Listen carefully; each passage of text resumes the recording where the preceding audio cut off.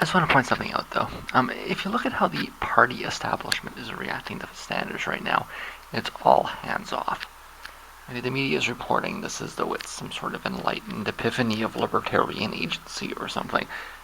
I'm not pushing him to do anything. Here we read.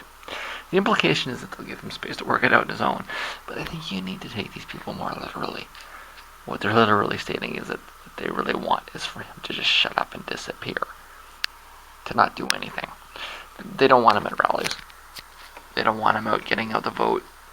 He's just not on the same page ideologically, so all he can do is corrupt the narrative as they see it. What is he going to do? He's going to go out there and he's going to yell for single-payer health care. He's going to yell for, the tuitions. Like all he can do is make Clinton look bad. I've been pointing out for a while that this is a lot harder than even the most cynical want to accept. Sanders has successfully articulated a third-party vision in a way that has already broken the spectrum open. He just doesn't seem to realize it yet. I don't think anybody really realizes yet. Okay. Sanders has broken the Democratic Party in half. Nothing that he articulated is anywhere close to what the Democrats will ever support. So maybe it's actually better if he gets behind Clinton in a way that destroys his own credibility. Maybe he should be purposefully martyring himself in order to spawn an outside movement. Maybe those Jesus comparisons were less crazy than initially apparent. Watching his supporters abandon him for that third party might be the best way to get what he's been advocating for. Because he won't get any of it inside the system. None of it. They will not throw him a shiny penny. They want to get one of those, like the old Broadway things, with the cane that comes and pulls the guy off. That's what they want. And then they basically just want to kick him in the gutter.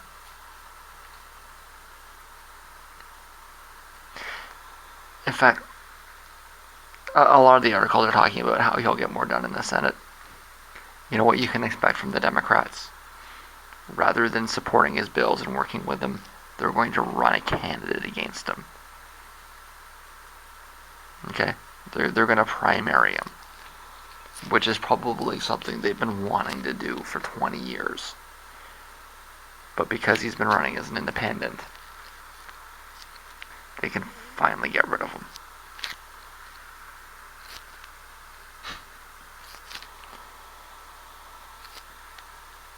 Politics is a blood sport, and he's pissed a lot of people off. So Sanders the future of the Democratic Party? Yeah, right. I'd be surprised if he can even pass a bill after this. Okay, they'll vote everything down just out of principle. Okay, he's screwed. Not only is he not the future of the Democratic Party, you can expect that the Democrats will change the rules to prevent him to prevent another one of him. This article presents the idea that Barack Obama is the future of the Democratic Party, and I think it's actually correct. I agree with this article. Sanders has not changed the Democratic Party, and is not the party's future. Rather, what he's done is demonstrate that the Democrats are a dead end for substantive change, and he's created a third party in American politics. Now, that third party is not yet organized, but if it is not organized by Sanders or Stein, then it will organize itself.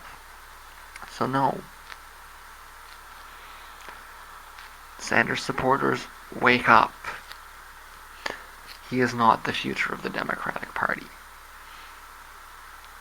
The Democrats put themselves in an opposite direction back in the early 90s with Clinton and Gore. Rather, he's representative of the final fracture point. That this direction that the Democrats have been moving in, Clinton, Gore, Obama, they've pushed it to a certain point and it's broken.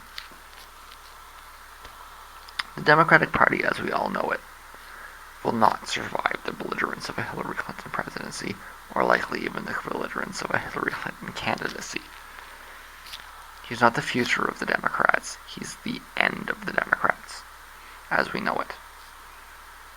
And on the other side of this fracture point, Obama, Clinton, Gore, that's what the Democrats will look like.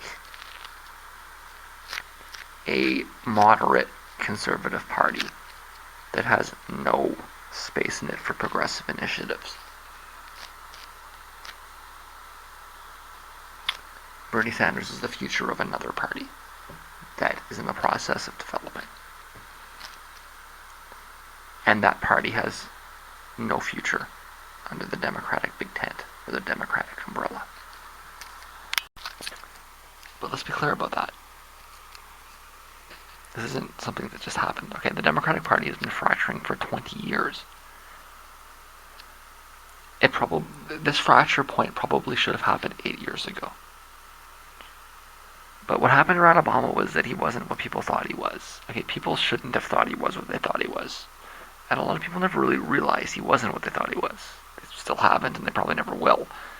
They've still got this weird meme in their head. And if that is the future of the party, and it probably is, then it's a brave new world indeed. The better analysis is in terms of fracture points rather than approval ratings. What we're seeing in this cycle is the consequence of a process, not the result of a personality. The Democrats are done, as we know them, okay? They will continue to exist, and Obama is representative of what will be there, but it probably will not form government for some time. And if you want to blame somebody, people responsible are the Clintons, not Sanders. Sanders is trying to reorient them. The people that put them in a path that brought them outside of the popular consensus and made them unacceptable to a wide swath of the public. That's the Clintons. And, they may inherit it, but,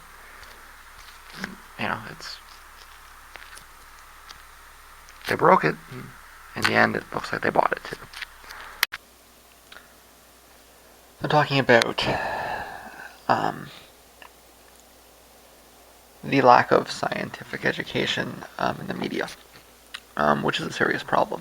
They're pointing out that most trained journalists have, they may have, advanced degrees in English or something, but on average, the amount of scientific education that journalists have is precisely none. Not even not even high school, right? You don't have to take it in high school, right? Up to a certain grade 10 or something, right? And it's a huge problem, and they're pointing that out, and they're kind of going through it, and this sort of lack of scientific literacy and how the media contributes it and everything like that. But something that she pointed out, and I think that it's worth, well, she didn't really point it out. I think that she was trying to point it out, but she didn't. She's kind of not quite getting to what she wants to say, is that it works the other way too, right? It may be true that most, journalists or just general media personalities, TV anchors or whatever else, the filters that people get their information through, and it's no less true about internet personalities. Most of them have no scientific education whatsoever. Even the ones that identify on the left and claim that they're in favor of science, whatever that means, they still don't have any actual education in science, right? It works the other way around too, right? Because science is remarkably specialized nowadays. In fact, not only is it the case that large amounts of trained, successful publishing scientists have essentially no background in any sort of literary studies, in any sort of writing. They hire people. They call them technical writers, and their job is to write things for scientists because a lot of them can barely write. It's the truth of it, right? Because they haven't. The journalists and the media people have not taken a science course since grade 10. The scientists have not taken an English course since grade 10, or maybe grade 12, right? They went all the way through university and they never took a single writing course. I mean, nowadays they have to do something or other because of breadth requirements, but I mean, a lot of the scientists that are out there that are working. But not only is that the case, it's also the case that because science is so specialized, they're not even able to be articulate in fields that are adjunct to them, right? So you can consider chemistry and physics there's huge amounts of overlap in chemistry and physics, right? But you will talk to people with advanced degrees in physics that get lost in basic chemistry because they didn't study it. Or everything that they know about chemistry they learned in a physics class.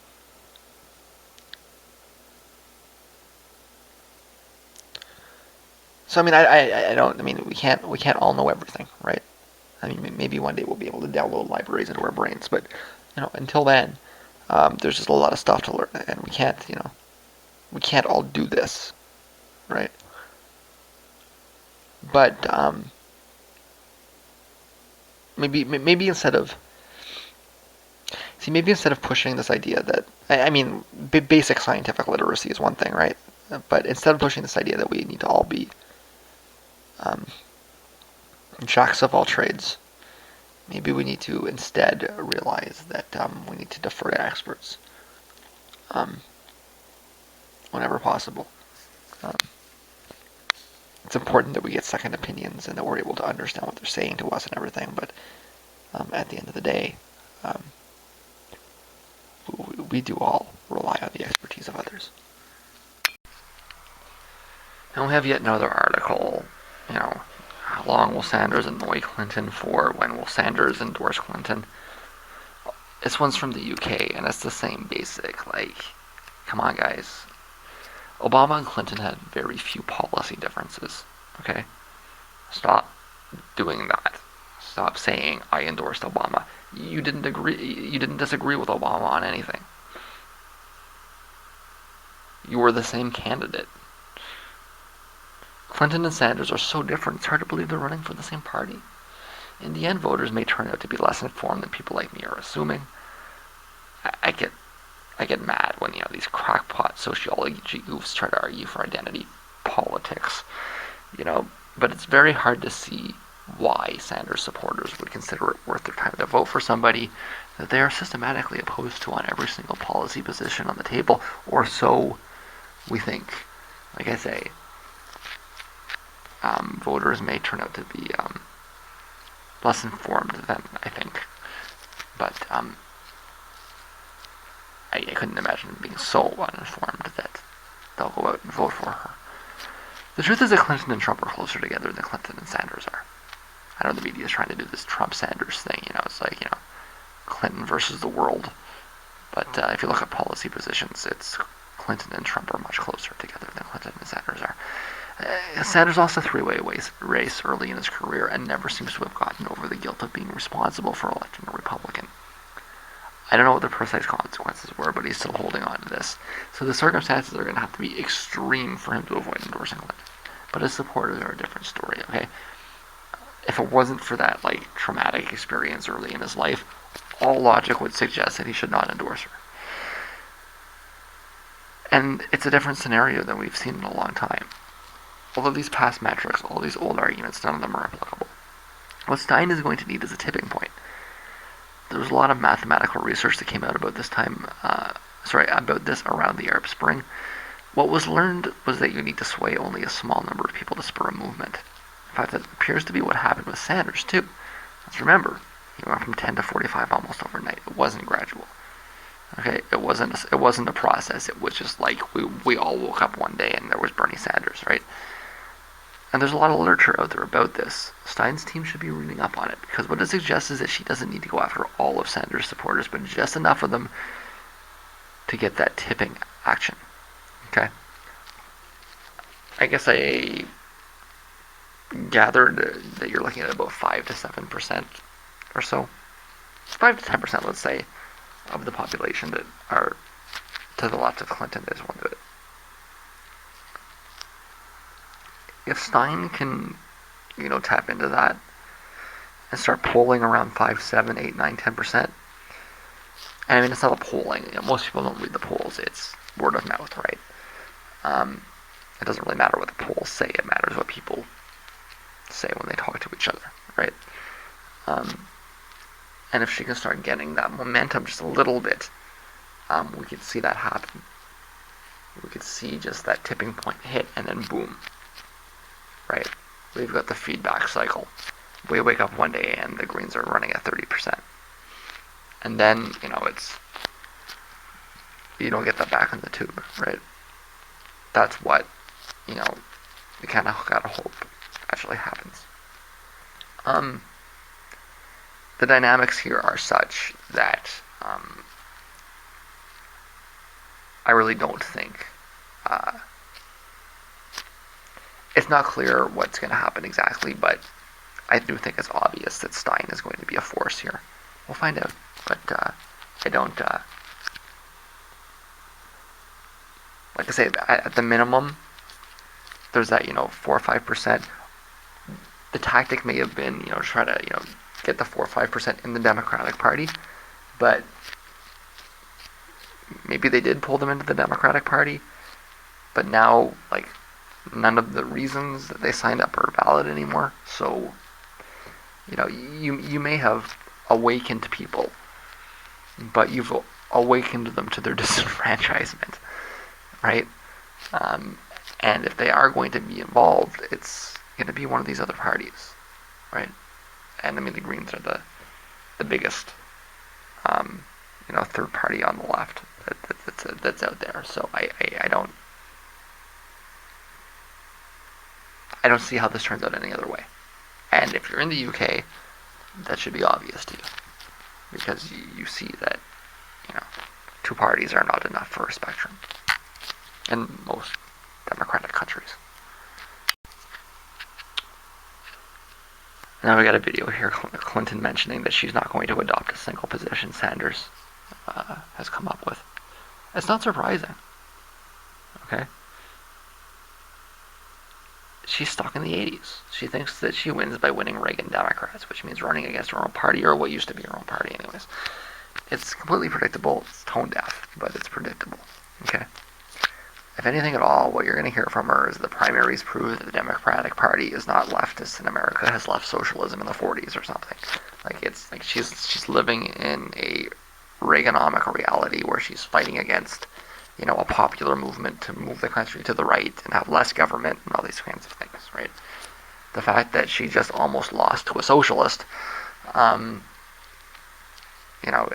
what she's thinking is she beat socialism, Cold War mentality, and it's not foreign to the Democrats. It's if JFK was running against Sanders, JFK would have exactly the same perspective, right? We got to defeat socialism everywhere. When it's in front of us, we got to defeat it, right? It's just, but I mean, she's on the record for saying that she will not adopt a single one of Bernie Sanders' positions. So, whatever theater happens at the convention is. I mean, if you're walking into the convention and she's on the record saying that she won't budge on a thing, what's he doing? He's got to be preparing himself for an independent run, right? There's no. So I mean, why isn't he getting his name on the ballot, right? That's gonna be, it's maybe becoming somewhat of a mess, but I mean, it's got to happen nonetheless, right? He can't just let her walk off and accept the positions that she's gonna take the country down, right? He has to fight. He has to stay vigilant. This is the left. This is what we do on the left. We don't cave for centrist, machinations. We fight, and if we lose, we don't care. We keep fighting. We fight and we lose, and we fight and we lose, and that's what we do, right? Call us losers if we want, but in the end, we gotta hope we win, right? And we'll fight until we win, right? We're like the Black Knight there in the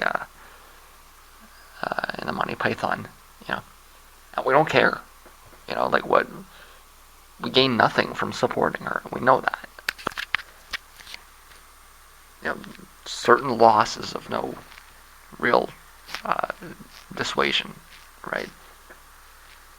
But it's just been so long since America has had a left that this is very strange to America, right? It needs the American mainstream media right now needs somebody from the UK or somebody from Canada to come down, or Germany to come down and say, okay, this is what it's like to have a left wing, because you haven't had a left wing, you know.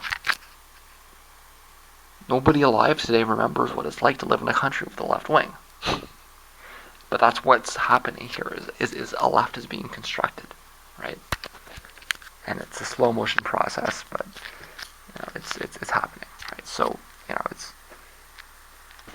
the Democrats are not helping themselves with this, with this going after the right mentality. It's like the right is going after the left. What the hell is what are you doing, right? But that's what they're doing. So, find a wall and bash your head against it. That's what this is going to be like. So I'm done. I am for real tuning out. I'm just about done wiping the music Facebook page down. And when I'm done, I'll need to catch up on the vlogs. But it's done. I'm just not interested anymore. And I want to get some real work done. I'm fed up. Okay? But let it be written that my takeaway from the primary is this. Hillary Clinton has won the Democratic primary not by winning minorities, but by suppressing them through restrictive voter ID laws. She didn't write them, but they existed and she took advantage of them. Okay, this is a relic of the old Dixiecrat machine, which in fact which Clinton in fact represents only a mildly reformed faction of. And the media coverage that you're seeing is actually a function of this. It'll take a few years. Okay, but when the dust settles, this will be properly understood. If elected, she will carry on the Dixiecrat-like policies that her husband created. Sort of welfare reform and the prison things and the drug war and all that stuff, right? And her predecessor carried on. He did. In a brutal twist of irony, she will likely get her constitutional amendment to restrict abortion too, because she's got a staunchly right-wing house. Y'all should have paid attention to Orwell in high school. I'm not bleeding yet, but my wrists have been a problem for weeks. There's a huge red splotch that looks like it's going to blow. What do? Go to a hospital? Wait it out? It never crossed my mind to film it. I'm trying to eat more and drink more water, and I actually think I'm succeeding. See, I boosted my hormones a few months ago, and I think that what's happening is that they're not getting fuel to carry out their instructions set. So the thing that happens when you take estrogen is that your body gets instructions in the form of chemical signals to redistribute fat differently. Now, energy can neither be created nor destroyed, but only converted from one source to another. We can be engineers in context. There's no nuclear, reactions happening in my wrists. So it's true enough. So if you get instructions to increase hip width and build breast size, but you're not consuming more excess energy for storage, then your body is going to go towards other stores of fat, like your arms, to complete the instructions being given out by the hormones. The solution is that if you're very thin and you want to boost your hormones, then you should probably eat more too. Like I say, I do think that increasing my calorie intake has started to make a difference. All the fat is migrating to the girl spots, hips, breasts. It's a start, but I'm not storing weight in my stomach. In fact, my stomach looks smaller because my hips are coming out. But I'm not noticing my fat stores in my arms or my neck come back yet, which is why I started eating more. It's only been about 2 weeks though, too, so give it some time. As I was typing this, the red mark disappeared. I think that's what I was expecting would happen. It was probably just irritation from laying it down on the table. Maybe I should have been thinking more along the lines of carpal tunnel syndrome, although it remains reflective of not getting enough calories. Listen, I actually eat well. I do. Look at my diet. I just put my body into shock. Had it blown, though, I'd definitely be seeking naturalistic explanations.